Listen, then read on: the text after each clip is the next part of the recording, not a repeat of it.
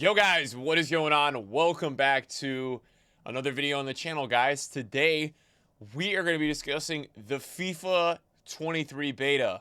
Now obviously a lot to talk about here and uncover. Also this week, or hopefully next week at the latest, I'm going to be able to do a little bit of a tour, guys, because obviously I moved into a new office recently. Literally the last thing I have to do is with these three jerseys and get them on the wall a certain way. Been working on everything else around me. Thank you guys all for the incredible support on all the videos recently. I do appreciate that. And so today, I obviously cannot show you guys any footage from the beta because I'm pretty sure if I show my own footage, then I will get just completely banned. So I don't want to do that. But last year, I saw a couple people making some videos kind of talking about the beta. And I haven't played the beta since FIFA 20. The reason I stopped playing the beta, even though I've had the code every year, is that I feel like it's never really quite similar to the game that we play. For example, in FIFA 20, I actually felt like the beta was really good. And then when I had played the demo and then I had played the game, it was just completely different. So I think the first thing you guys have to understand about the video that I'm making today, there is no way that this game is going to be the same as the game that's actually released. This game is probably a version that's been released from maybe, I would say, April or May. And then they'll probably go with a final version maybe end of July that they're ready to submit, or August. I mean, obviously EA has now made this thing where they can do these hot changes and all this quick fix stuff. But generally, they'll finish up a version, I think, end of July, August. So let's get into it. First of all, the first thing to talk about from the beta that I can remember is that the menus are incredible compared to this year in terms of inviting friends to play. There was a new feature in head-to-head that was pretty cool, and I don't know if it's in the game this year, but you can do a friendly season against a friend, and then it kind of tracks more stats about it, and it's a best of five, it's a 5-game series, so I kind of like that. That's where I initially had tried out the gameplay, and then I went into Ultimate Team, and I did some 2v2 or 2v1 and tried it out with a friend. I played it in total of the beta, guys, probably 2.5 hours, 2 hours. I'm not going to lie, it was a bit boring. The gameplay was generally very similar to FIFA 22, which in a way was a little bit disappointing, but some things to talk about, and I wrote down a lot of notes. Obviously, there are some changes and some things that I felt like were different. The first main thing I would say is that the game looks very different. The game is just graphically on another level compared to FIFA 22 and FIFA 21. Obviously, this is now the third year that we're getting a title on I guess you could say the current gen, which is the new consoles, the PS5 and the Xbox One. Not Xbox One, right? Isn't it something else? Xbox One X, I think. So the gameplay looked a lot better, I would say, in terms of like from an aesthetic view. I know that doesn't matter to a lot of people, but it does matter to a lot also. So that for me, was something interesting. So I wrote down about 10 points and kind of 10 things that I wanted to know. Were they going to be different in this version compared to what we just played? Because obviously FIFA 22 had a lot of glitchy and overpowered things and problems within the game that were just neglected the whole year. So first of all, the built-in drop-back defensive AI on new gen, which is the PS5, Xbox One X. They didn't have this on PS4. I didn't really see this. I didn't really see this. So just because I didn't see it in 2 or 3 hours doesn't mean it couldn't be in it's maybe gonna be in the game, but I didn't really find this a thing. It looks like this has been at least somewhat fixed because, off the kickoff in this new gen version, the second you start running or attacking in FIFA 22, the whole opponent's team, no matter what the depth, just runs in the box. So I didn't really find that to be a thing. It didn't look like it. There were times where you were possessing and the opponent's team was entirely in the box, but I think that is a part of FIFA. The one thing I will say is that all of the head-to-head games or the co-op games that I played with my friend on Ultimate Team, none of the games did we have a depth of lower than 50 or 60, and we always had kind of like a pressure tactic on. But what I will say is even this year when you do have those tactics and those things enabled, your team still automatically drops back into the box. Speed of the game. Let's talk about the speed of the game. The game is extremely slow. I will be quite honest with you guys. It feels slower than FIFA 22. So it seems like EA are going for the realistic approach. FIFA has been getting slower for years, and it looks like every single year it's getting 10 to 15% slower. This game was much slower. I thought for me it was just head-to-head. Then I went into Ultimate Team. It was a little faster, but and this is for a guy that I had Mbappe. I had fast players in my team. Haaland. it's just still the speed and buildup of play felt more like EA was going for realism than arcade. It just didn't feel super fast compared to what we have been playing. I'm trying to go with a negative and then a positive, guys, because I don't want to just like put them all at one point. So something I guess you could say is a positive is that generally the finishing in the box was really good. I would say that. I also was still scoring some long shots, still scoring some messy finesse shots. The finishing in the box, though, however, is very good. It seems like the finesse is very good in the box, which it was horrendous this year because they just, I don't know, it wasn't good. It was good in the beginning, and then it was horrendous, but it was very good. I was scoring a lot of finesses in the box around that 6-yard box angle. A lot of them sometimes would go off as low-driven, like finesses, too, which was really nice. The power shot seemed really good. I didn't really get to test the low-driven shots much. And then I guess that could lead me into, like, another point. This new L1R1 power shot is, like, pretty wild. So EA have added this new L1R1 power shot. It's replaced the low-driven command, and it's quite interesting because every time you activate it, the camera angle completely zooms in. And it takes about 2 to 3 seconds. So I actually had a time where it took so long that my defender, like, overread the shot, and I still got it off. It's very interesting. It's like you're playing the game, and then it's almost like something in Super Smash Bros. Where, like, it's like some power-up, like, Super Mario the Strikers, like, slam. Because it genuinely, like, zooms in on the whole game when you take that shot. The shot is very good, although I tried a lot of long shots with it, and it just, like, wasn't effective. Like, the keepers were saving it, like, every time. But it seems like in the box, for potentially a guaranteed goal, that it was a nice option to use. I still feel like eFootball right now has this special shot. I still feel like I like that one more. That one takes a little less time, doesn't do the zoom in thing, and just seems a bit more effective with special shot, special pass. And as you guys know, I've been playing a lot of eFootball. I really enjoy that game this year. It's just not popular, I think, because people aren't addicted to the packs or the content that come on every game. But man, I love the gameplay on that game. It's super unique. It obviously sucks in a way, but that game is faster than this game that I played. Like, this FIFA beta that I just played was the slowest version of any FIFA that I can remember in any recollection. So get ready for that. We have a lot of realism coming, for sure. Other things to talk about. Looks like the meta is going to be pretty similar. I mean, it didn't feel like as ISO ball in the middle, but the ball roll scoop, the elastico, these moves I was using were glitchy as ever, man. I was running through players with these skills. Seemed like the main way to get open in this version, again, was going to be via skill moves and not passing. And that leads me to my next thought. The left stick dribbling was the worst I have ever seen in any game ever created. I'm not joking. You could take me back to FIFA 10 years ago and the left stick would be better. The left stick dribbling is absolutely woeful. I don't know what EA have done, but it was so bad. I had Messi, and I couldn't even turn with Messi. I couldn't even... The only way to dribble in this version was by using the R1 button. The strafe dribbling, I think it is, right? That's the only way you can get responsive left stick dribbling. There's no more left stick dribbling around the box. It's so bad compared to what we just had in this FIFA. It was actually really surprising how bad it was. Like, I couldn't believe it. Everyone felt super stiff. Everyone felt unable to dribble. Even the top tier players were horrible at dribbling. I'm wondering if this was just some glitch with the beta, because every single player was extremely heavy. It was very frustrating. It was very frustrating to get in the box. And not to mention, I had a couple scenarios where I was testing out the shot cancel, because a lot of the time in the box, shot cancel is a very nice thing to do. Looks like EA have really nerfed the shot cancel. Didn't really look that good. I did have a situation where I shot canceled the goalkeeper. I got open and I passed it into the back of the net. But generally, when I was doing shot cancels in the box, the response time after you perform a shot cancel was very, very slow. So you can't really do this thing this year where for max responsiveness, a lot of people will do cancels in the box. The shot cancel just wasn't really viable this year.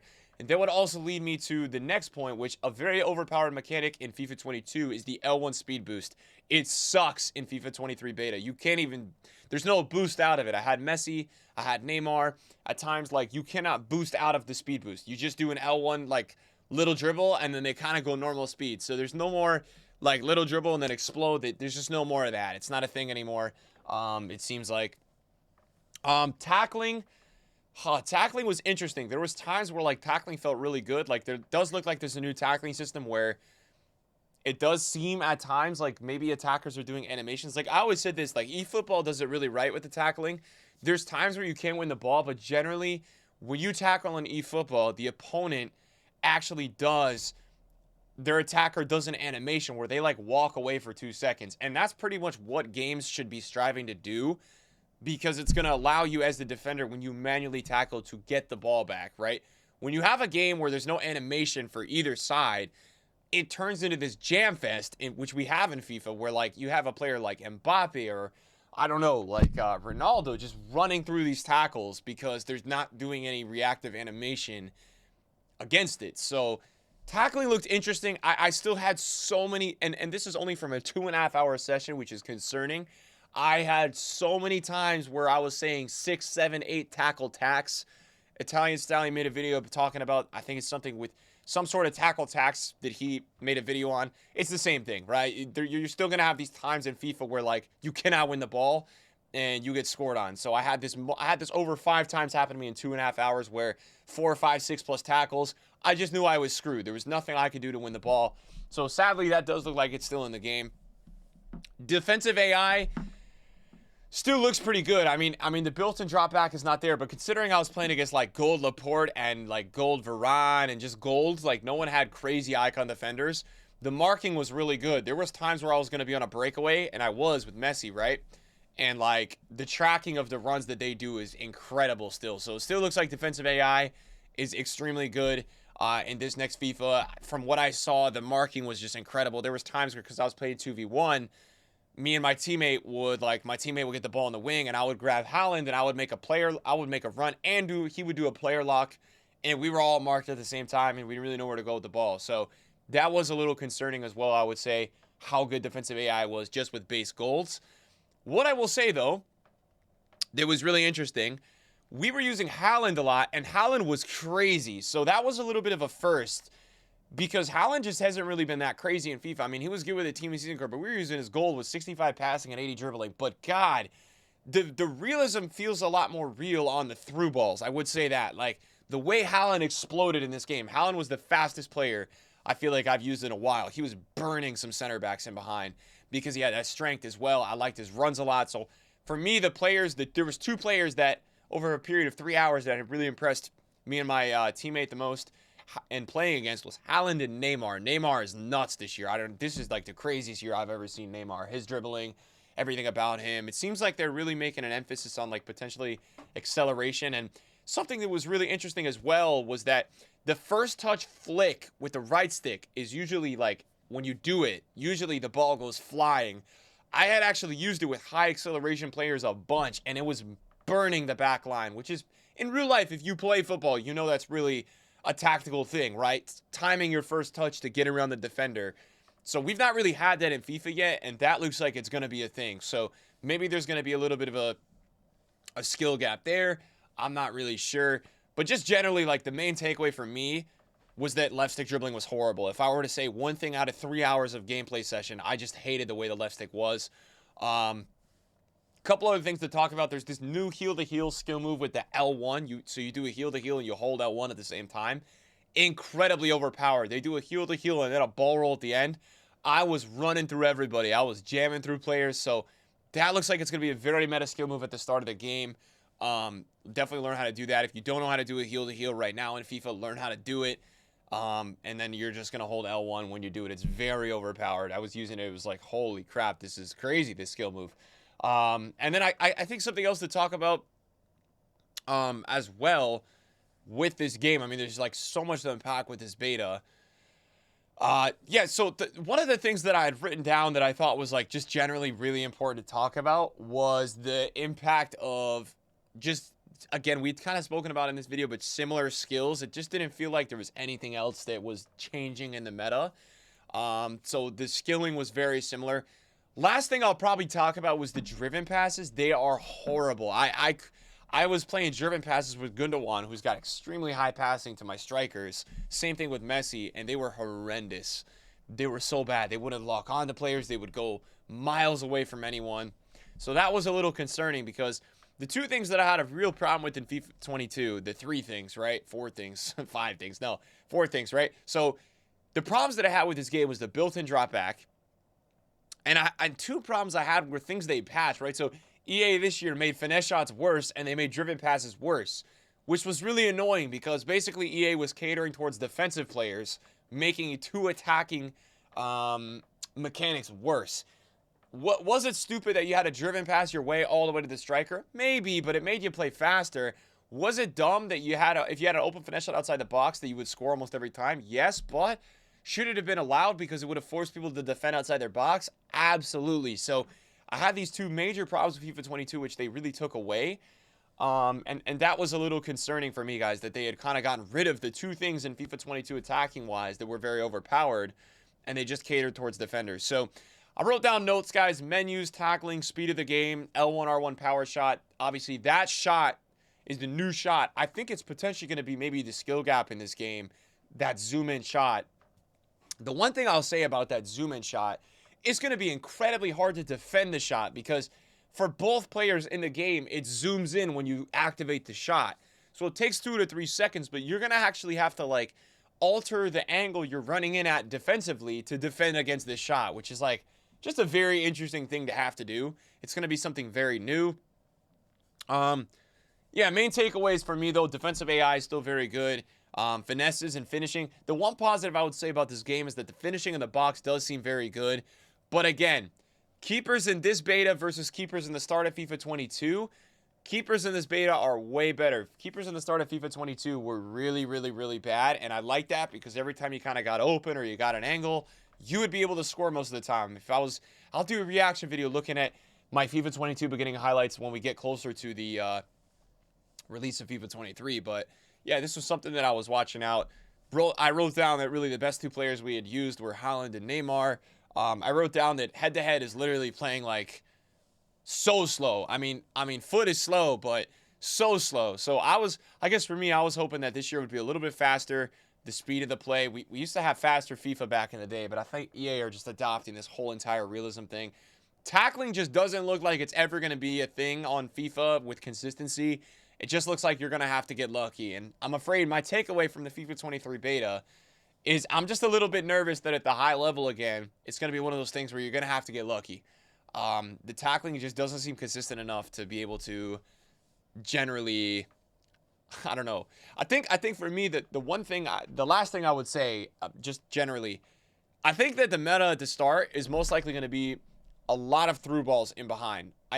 From what my takeaway was, right? Because there's not as much like drop back of just teams like running all the way into the box. So I think the meta is definitely going to be getting those fast players on the wing or up top and just running it behind. I mean, I would definitely say that I felt in this game like my players were way more out of position defensively than they were in FIFA 22, which is a good thing. While I'm saying that, the defensive AI is still very good. It can be both ways, right? So you don't have this built-in drop back anymore because your team is kind of going a little bit more all over the place when you're attacking. But then on the counters, you can get absolutely burned. So maybe a little bit more like, potentially FIFA 21, you could argue. That's maybe a little bit more of what we could expect in terms of how the game is going to flow. We obviously got to hope that it's not one of those games where you turn with the midfielder, you face the sideline, and you just launch one. That would be a little concerning. Okay, free kicks, penalties, and corners. It's going to be a learning curve. They're very realistic. Like now on corners, you literally look at your players, right? Almost like the L1, R1 power shot I told you guys about where it zooms in. Same thing. And there's all these kind of like variables. Penalties, I think it shows like your rating when you take penalties. And it's a bit confusing. There's no arrow, I think, to shoot penalties. You've got this like circle thing that you're going to have to try to master over the ball and then pre-aim. So it's going to be a little bit more challenging, these kind of set pieces this year. I actually really enjoyed like free kicks and penalties in FIFA 21 or FIFA 22 because I did feel like once you kind of got the hang of them, they were really easy to do. So it does look like it's going to be a bit harder to kind of go and perform again in FIFA 23.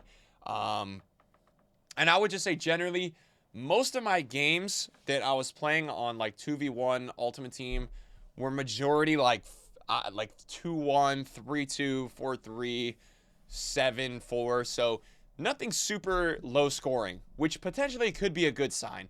What I would always say to you guys is that the beginning of the game, no matter what, is always going to have a skill gap, no matter what, and always going to be a bit more high scoring because everyone's kind of using lower rated players. So there's less defensive AI generally. So there's going to be less auto blocks. There's going to be way less kind of stuff like that happening. Whereas at the end of the game, you do get a lot more of that. But yeah, for me, I mean, generally my thoughts on after playing the FIFA 23 beta, would I say that it feels like a FIFA 22 reskin? I wouldn't, because I would just say generally the game is way slower and the left stick dribbling is horrible. So it didn't feel anything really like FIFA 22 in a way. But then you kind of get into the box and you start doing the same skills and you're like, okay, am I playing FIFA 22? Because the ball roll scoop, the elastico, the McGeady cancel, the most overpowered FIFA 22 skill moves are the exact same. There's been no nerf. They're very good to use in the box, and they feel like the main way to get open. I would say that when you attack at the high level in FIFA 22, right, a lot of players like to go down the line, cut back, and then do all these passes and cancels in the middle until they get the extra pass. It didn't feel necessarily exactly like that, so I'm hoping it's not like that.